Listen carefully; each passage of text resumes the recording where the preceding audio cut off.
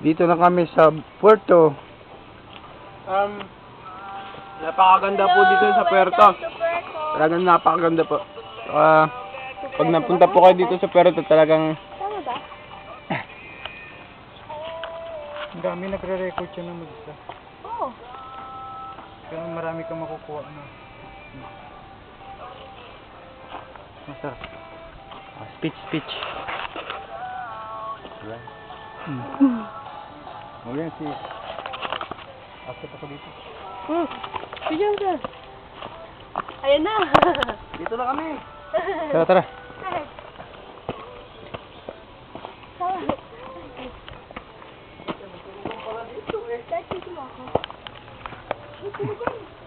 Oh.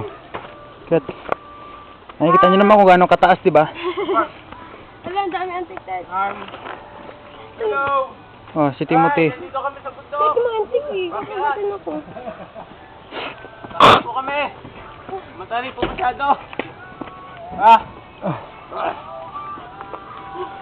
Dito ka kayo ko, ultungan.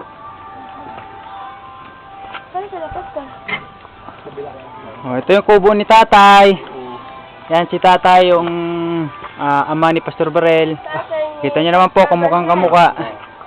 Ito yung kubo na someday magiging 4th floor building. Saan po banda? Ito lahat to. Ito yung loob.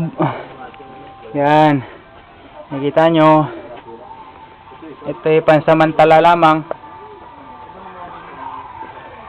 Pastor Benji. Yan. We are surveying the place and planning. May mga saging, may nyog, may ano yan, tawag dyan. Again. Mga 3 million budget. Kita mo yun? Yung kabila na yun? Mga 5 po. Ay, ganun pong gagawin natin. Yan. Ganyan lang yung mga parang idea. Plastic. 3 million budget tayo, pwede na? Malaki na rin. Kasi ito, ground floor ito. Ano na rin ito, pantayin. Patag. Tapos parking lot ito. Lalim. Pangalawa, doon yung church. Pataas yung pinaka-mga ano natin. Wala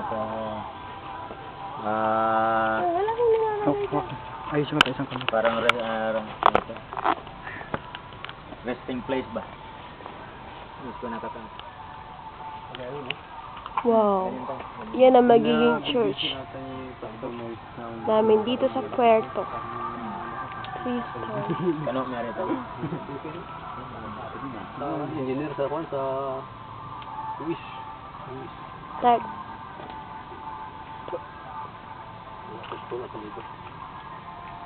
Apartment yun ba? Apartment yun.